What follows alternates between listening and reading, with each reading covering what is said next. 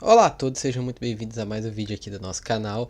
E hoje nós vamos falar sobre um tema extremamente interessante, que é a criação de gráficos de barra utilizando o R. Gráficos de barra eles são extremamente úteis para diversos tipos de análise, principalmente quando nós estamos realizando estatística descritiva dos nossos dados. Nós queremos entender a relação entre diferentes grupos do nosso conjunto de dados, questão de contagem, número de observações, relação entre médias entre diferentes grupos no conjunto de dados, dentre outras alternativas, ok? E aqui nesse vídeo nós vamos trabalhar os gráficos de barra usando tanto a função básica do R para gerar esses gráficos, quanto as opções existentes utilizando o pacote ggplot, ok? Então, em primeiro momento, nós vamos iniciar aqui o nosso script, já carregando o ggplot. Eu gosto de fazer dessa forma, criando uma seção no nosso script, onde a gente carrega todas as nossas bibliotecas necessárias para deixar mais organizado, ok? Então aqui eu vou chamar ggplot2. Contudo, nós vamos iniciar os nossos comandos, os exemplos que nós vamos executar nesse vídeo, utilizando a nossa base de dados que a gente utilizou já em diversos vídeos desse canal, que é a mtcars, ok? Então, só lembrando como funciona a mtcars. A mtcars é uma tabela com carros nas linhas e diferentes observações nas colunas, ok, pessoal? Então, em um primeiro momento, o que a gente poderia fazer? A gente pode tentar comparar médias. A gente pode tentar comparar médias entre diferentes grupos. A gente pode tirar diferentes grupos dessa nossa tabela mtcars por diferentes colunas. Mas aqui a gente vai utilizar cilindros como uma coluna básica. Então a gente tem carros com 6, 4 e 8 cilindros nessa tabela. Então, de maneira a gerar o nosso gráfico de barras, a gente precisa, em primeiro momento, calcular a média de alguma outra variável em função dos grupos de cilindros, ok? Nesse caso, a gente vai utilizar milhas por galão. Então, a gente vai tentar ver a relação de milhas por galão com cada um dos grupos de cilindros. Então, a gente vai ver o consumo médio de milhas por galão por cada grupo de cilindros. Para isso, a gente vai criar uma tabelinha chamada média cilindros, ok? Que vai receber o output da função aggregate. Eu já falei sobre a função aggregate no vídeo de alternativas para for loops aqui do canal. Então, se você não conhece bem essa função, você pode dar uma olhadinha no vídeo. Como primeiro argumento, a gente vai utilizar mtcars, ok? mtcars, a coluna de milhas por galão, que é o nosso vetor de observações. A gente vai utilizar o argumento by para agrupar em uma lista mtcars cilindros, perfeito? A gente vai pedir para executar a seguinte função. Qual função? A média, pessoal. Então aqui eu estou calculando a média de milhas por galão para cada grupo de cilindros, 4, 6 e 8, onde aqui na coluna X eu tenho a minha média, e na coluna grupo 1 eu tenho cada um dos meus cilindros, perfeito? Eu posso executar a função barplot no R para gerar um gráfico de barras. Então essa é a função básica do R para gráfico de barras, barplot. E que eu tenho como base dessa função, argumento básico, eu tenho o argumento height, onde eu vou informar a altura das minhas barras. E a altura das minhas barras nesse meu plot inicial é a minha média, ok, pessoal? Se eu executar esse comando, eu vou ver aqui que eu tenho um gráfico de barras super simples, sem nenhuma adição, sem nenhuma customização. O que a gente pode ir adicionando com mais argumentos e tornar esse gráfico muito mais visual, ok? Então, primeira opção, nós podemos adicionar o argumento names.arg. Esse argumento names.arg vai repassar a função barplot o nome de cada uma das nossas barras. Então a gente vai chamar a primeira barra de 4 cilindros, a segunda barra de 6 cilindros e a terceira barra de 8 cilindros. Perfeito? Além disso, nós podemos alterar o nome dos nossos eixos, tanto o eixo X quanto o eixo Y. Então, YOLAB, para alterar o título do meu eixo Y, onde eu vou adicionar a média de MPG, média de milhas por galão. O meu eixo X vai receber número de cilindros, já que são meus grupos referentes ao número de cilindros. Eu vou alterar sex.axis para alterar o tamanho dos pontos no meu eixo Y aqui. Detalhe, se fosse uma função plot convencional, eu alteraria os pontos tanto do eixo X quanto do eixo Y. Mas como nós estamos falando de um bar plot, o bar plot não vai responder dessa forma. O eixo X não vai ser alterado por sex.axis. Então aqui 1.5. Sex.lab eu vou alterar o tamanho do título do meu eixo Y, vou colocar igual a 2. Na função barplot eu tenho sex.names, que aí sim eu vou alterar o tamanho dos nomes dos meus barplots. Eu vou colocar 1.5 igual alterei o tamanho dos pontos no meu eixo Y, ok? Além disso, se vocês repararem aqui no meu eixo Y, o meu eixo Y ele não vai até acima da minha barra mais alta, que é 26, aqui a média de 26. E eu posso forçar esse eixo Y crescer um pouquinho mais utilizando o comando whilelim, que é o limite do meu eixo Y. E ele recebe dois argumentos, ele recebe um vetor com duas observações, onde o primeiro é o limite inferior e o segundo é o limite superior. E aqui eu vou colocar 30, já que o meu tamanho máximo é 26. E executando essa função, eu tenho o seguinte gráfico de barras. Um gráfico de barras muito mais customizado, e onde eu consigo ver exatamente uma relação muito clara, que o aumento de cilindros impacta num decréscimo da minha média de milhas por galão. Ou seja, carros com maior número de cilindros consomem mais.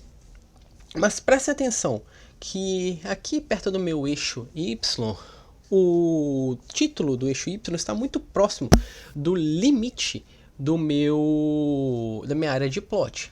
E eu posso customizar isso, tornar o gráfico um pouco mais agradável de se visualizar, através de uma função que a gente já viu lá no vídeo de introdução a plots no R, que é o parâmetro gráfico, a alteração dos parâmetros gráficos para o meio do argumento mar, que vai receber 4 valores para as margens, que nós vamos colocar 5, 10, 5 e 5, já que o primeiro valor é referente à parte inferior, o segundo valor à esquerda da nossa área de plot, o terceiro valor à parte superior, quarto valor à direita da nossa área de plot.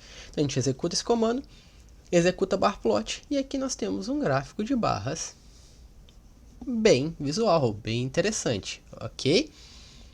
A alternativa utilizando o ggplot, ela é bem simples, ok? Ela é bem simples, ela funciona de maneira bem intuitiva, assim como a gente já viu para o ggplot anteriormente. Para isso a gente vai usar o comando ggplot e nós vamos informar como primeiro argumento a nossa tabela com as médias, ok? Após isso nós vamos informar como nós desejamos plotar, como e o que. Para isso nós vamos usar a opção Geometric Bar, perfeito?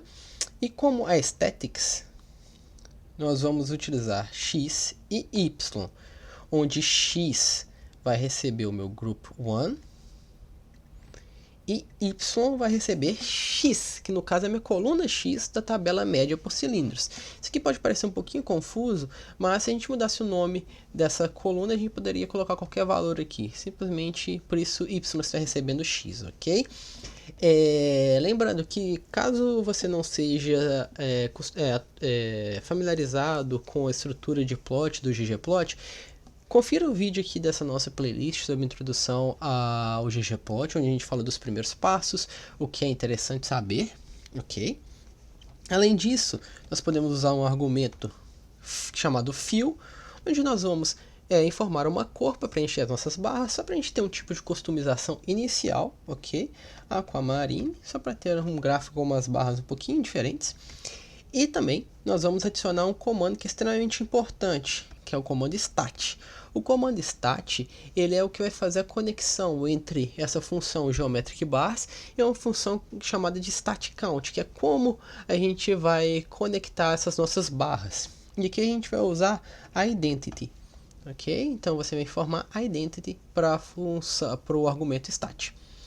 E isso vai gerar um gráfico de barras exatamente como no comando anterior. Detalhe, nós podemos customizar eixo, pontos na barra, alterar para nomes também no eixo X, no eixo Y. Para isso, novamente, dê uma visualizada no vídeo de ggplot, ok, aqui do canal. E a gente não vai focar nesse ponto de customização simplesmente por questão de tempo, ok, pessoal?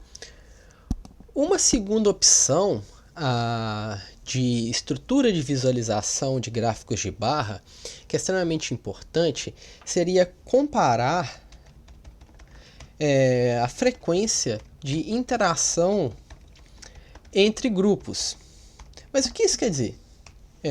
Frequência de interação entre grupos seria, por exemplo, aqui no caso da tabela Emit Cars, a gente querer observar quantos carros nós temos com 6 cilindros e, por exemplo, 4 engrenagens, ou 6 cilindros e 3 engrenagens, e assim por diante.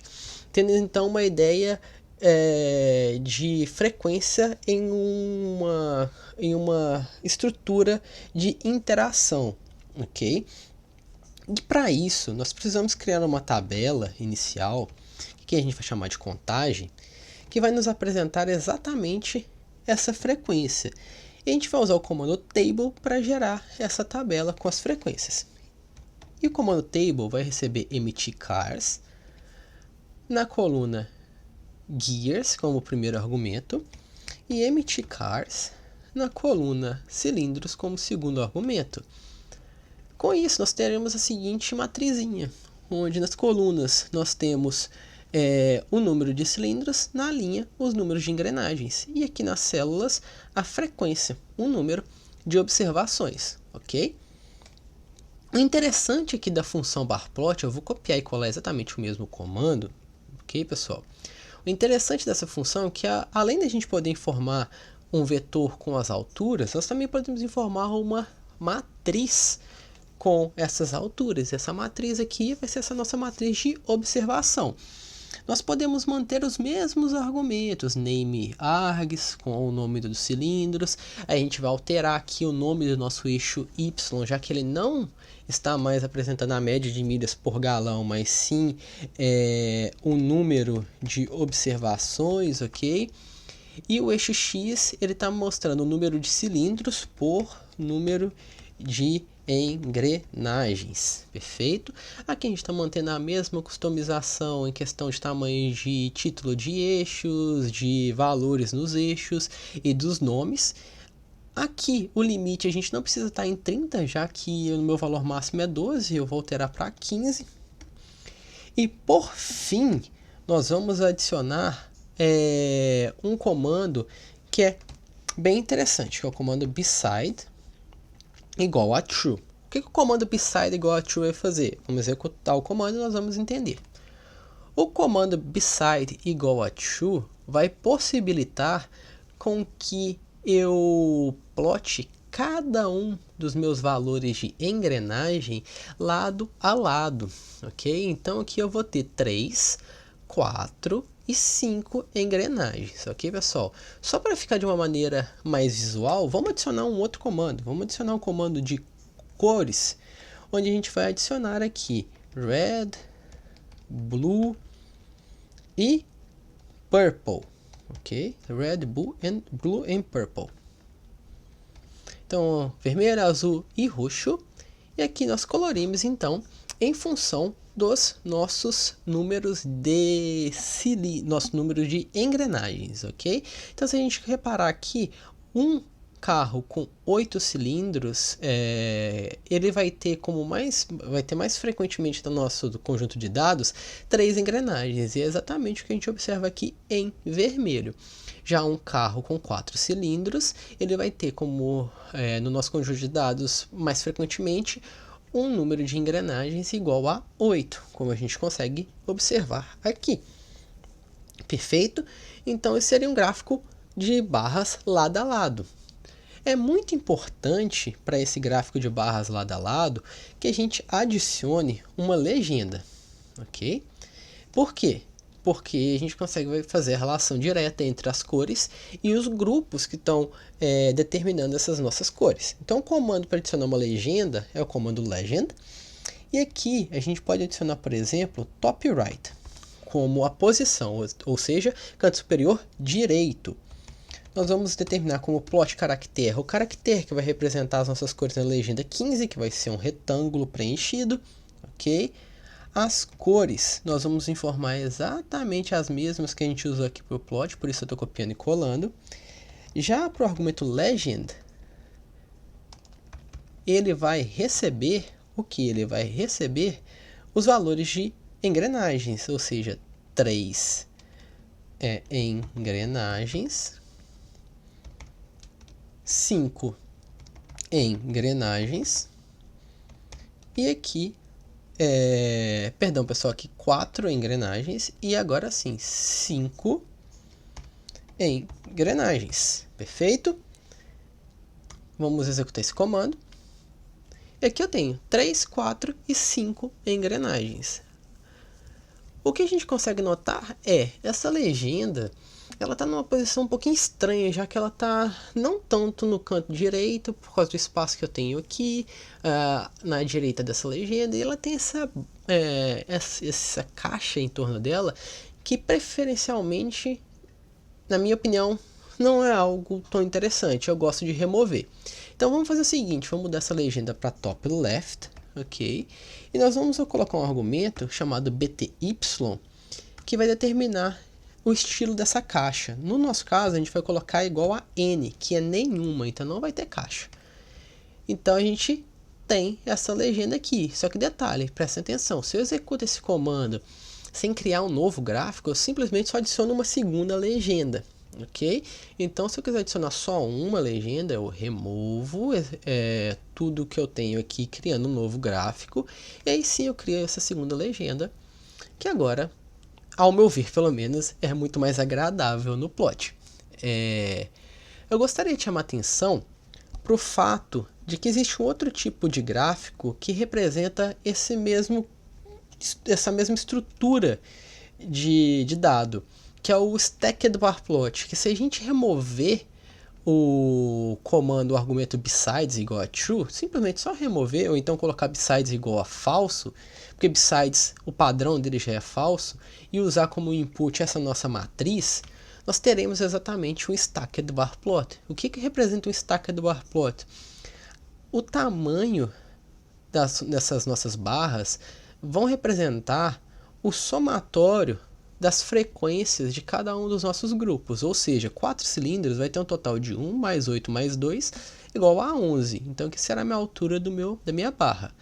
Eu terei uma observação em vermelho por ser 3 engrenagens, 8 observações em azul por ser 4 engrenagens e 2 em roxo por ser 5 engrenagens, e assim por diante. Então a gente consegue ver uma questão de predominância entre classes, ok? Então isso também dá até uma ideia um pouquinho mais diferenciada para o nosso conjunto de dados. Utilizando o ggplot, isso pode ser feito de uma maneira bem simples. A única diferença é que ao invés de a gente usar essa matriz, nós vamos precisar fazer de uma maneira um pouquinho diferente o nosso input, onde a gente vai criar uma tabela chamada de table.out, e como input nós vamos criar uma data frame convertendo o output do comando table. Table, como a gente viu anteriormente, vai receber empty cars, na coluna cilindros, nesse caso agora, e empty cars na coluna gear, ok? E a gente está convertendo isso em uma tabela. O que isso vai nos mostrar? Perdão, teve um errinho aqui no meu comando, adicionei uma vírgula antes do meu sinal de dólar aqui. Então, o que isso vai gerar? Vai gerar uma tabelinha onde eu tenho variável 1, variável 2 e frequência. Ou seja, variável 1, 4 cilindros, 3 engrenagens, eu tenho uma observação. 6 cilindros, 3 engrenagens, 2. E assim por diante. Então, eu tenho um formato longo daquela minha matriz anteriormente mostrada. E aqui, para fazer esse plot no ggplot, o que a gente precisa fazer? A gente precisa informar essa nossa table out. Aqui, diferentemente do que a gente fez no comando anterior do ggplot, eu vou adicionar o aesthetics dentro do comando ggplot. E x eu vou informar sendo var1, ok? Y igual a minha frequência, já que eu quero informar aqui o tamanho dos meus plots, ok? Das minhas barras. Eu vou adicionar um argumento novo chamado fill. O que esse argumento fill vai fazer? Vai adicionar cores para as barras lado a lado, ok? E eu vou colocar o que? var2, eu quero preencher em função de var2. E também eu vou colocar um novo argumento chamado group, que vai agrupar as minhas barras, também vai receber var2, já que var é o número de engrenagens. Agora, eu informo como eu quero plotar isso. Eu quero plotar isso como um geometric bar, que vai receber stat igual identity, como a gente viu anteriormente, e um argumento extremamente importante, que é o argumento position. Position, nesse nosso caso agora, para fazer barras lado a lado, a gente vai utilizar o comando dodge, ok? Position dodge. E aqui nós temos um gráfico de barras lado a lado, exatamente como apresentado no comando anterior, ok? Utilizando a função barplot, exatamente com a mesma interpretação. Para fazer um gráfico, um stacked barplot com as barras sobrepostas, nós vamos usar o comando, a opção stack, para o argumento position, mas o comando anterior é a mesma coisa, então eu gero o mesmo gráfico apresentado lá na função básica barplot, ok? Detalhe, lembrando mais uma vez, as customizações para o barplot, para o ggplot, elas funcionam basicamente da mesma forma que o que a gente já viu lá no vídeo sobre introdução ao ggplot. Dê uma olhadinha para a questão de mudar o background, mudar tamanho, título dos eixos e assim por diante, ok, pessoal? E por fim, eu gostaria de mostrar uma coisa que é extremamente interessante e eu já recebi bastante comentários de pessoas pedindo para fazer esse tipo de vídeo, que seria o gráfico de barras com as barras de erro, ok? O que seriam essas barras de erro? As gráficos de barras de erro podem representar várias coisas, mas nesse caso aqui eu vou usar um exemplo utilizando barras de erro representando um intervalo de confiança de 95%, ok, pessoal? Você poderia usar essas barras para apresentar o desvio padrão, números que são derivados do desvio padrão, como 2 vezes o desvio padrão, 3 vezes o desvio padrão, um intervalo interquartil do seu dado, mas aqui, intervalo de confiança. Perfeito? E como que a gente vai calcular esse nosso intervalo de confiança, pessoal? A gente vai voltar lá naquela tabelinha de média por cilindros. Por quê? Porque o intervalo de confiança é um valor que ele é gerado em torno da nossa média. Ele é simplesmente um intervalo antes e depois da nossa média em função de um erro calculado, ok? E como nós calculamos esse erro? Esse erro para o intervalo de confiança, que aqui eu estou chamando de erro, objeto, nós vamos calcular utilizando a função QNorm. Função QNorm está lá no gráfico, está lá no vídeo sobre distribuição normal. Então eu estou utilizando QNorm para obter o valor que corresponde numa distribuição normal a uma área debaixo da minha curva de 97,5%. Deixando então 2,5% ali de 2.500%, não, 2.500% fora desse intervalo. E eu tenho que multiplicar isso pelo desvio padrão e dividir pelo meu N, ok? Só que ainda não tem meu desvio padrão, não tem meu N. Para isso a gente vai criar esses dois. Então a gente vai criar e já adicionar eles à nossa tabelinha de médias. Então eu vou criar aqui, ó, a opção, perdão, vamos criar fora da tabela de médias para depois a gente poder adicionar só o que realmente interessa na tabela de médias. Vamos criar um output para Standard Deviation, para o nosso desvio padrão, onde a gente vai usar a função aggregate igual a gente fez lá no início. Então eu estou copiando e colando ela. Mas ao invés da gente usar a média, a gente vai usar o desvio padrão para ter um desvio padrão para cada classe de cilindros, ok? E outra coisa que a gente vai precisar é o nosso N. O nosso N vai receber o número de observações para cada classe. Que eu vou fazer da mesma forma com a função aggregate, só que ao invés de usar SD, eu vou usar a função length, ok? Para a gente pegar o tamanho. Então, eu tenho também a tabelinha aqui com o meu número de observações por classe, perfeito. E agora eu consigo calcular esse desvio padrão e esse erro. Então, o que eu vou fazer? SD out na coluna X, que a coluna X tem o desvio padrão, e N out também na minha coluna X. Ok, pessoal? N out aqui na coluna X. Só um detalhe. Aqui eu não divido por N.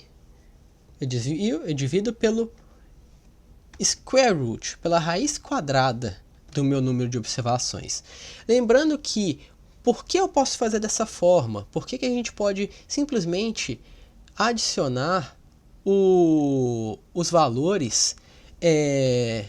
Perdão, aqui pessoal tem que informar x. Por que eu posso simplesmente informar os vetores que eu vou obter aqui exatamente os meus erros nas posições corretas?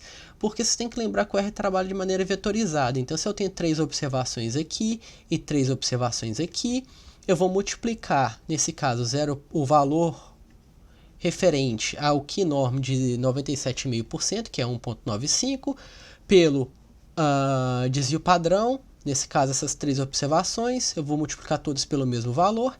E aqui eu vou dividir o primeiro valor desse meu resultado pelo primeiro valor da raiz quadrada do meu número de observações, o segundo pelo segundo, o terceiro pelo terceiro. Assim eu garanto que eu estou obtendo os valores corretos de erro. Então, a gente vai criar um limite inferior para a nossa observação, que vai ser igual ao quê? Vai ser igual a minha média de cilindros na coluna X, já que aqui eu tenho a minha média, né? Menos o meu erro. E eu vou criar também um limite superior, onde eu vou fazer o quê? Vou adicionar o meu erro, perfeito?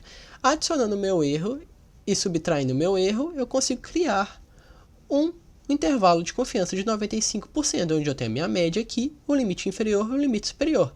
Lembrando que esse cálculo aqui também funcionou da mesma forma vetorizada que eu expliquei anteriormente, ok, pessoal?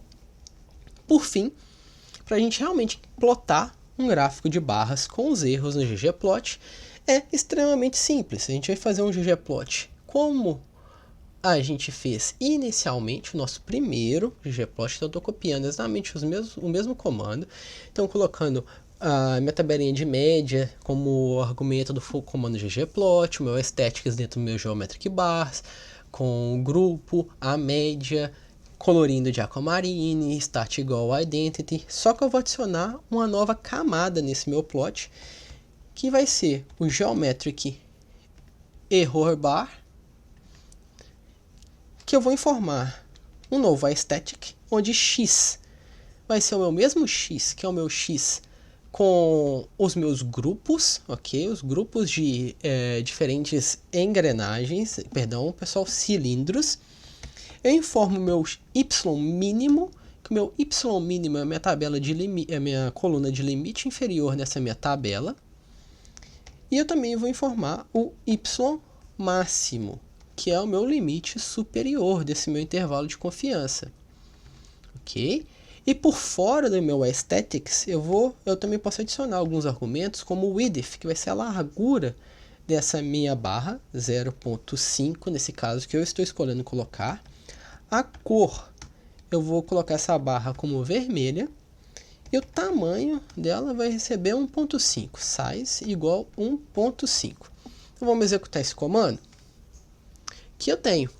Então, o meu gráfico de barras no ggplot com as minhas barras de erro representando o meu intervalo de confiança de 95%. Lembrando, customização em questão de estilo, de apresentação dos eixos, pode ser feita de maneira extremamente diversa utilizando o ggplot. Então fica a critério de vocês. Caso vocês tenham alguma dúvida de algum tipo de customização, podem deixar um comentário aqui no vídeo, ok, pessoal? Então, pessoal, esse foi o vídeo de hoje. Eu espero que vocês tenham gostado. Por favor, não se esqueçam de deixar o like no vídeo, se inscrever no canal, indicar o canal para novos amigos. Sei que tem muita gente que vê os vídeos aqui do canal, mas não está inscrito. Se puder se inscrever, por favor.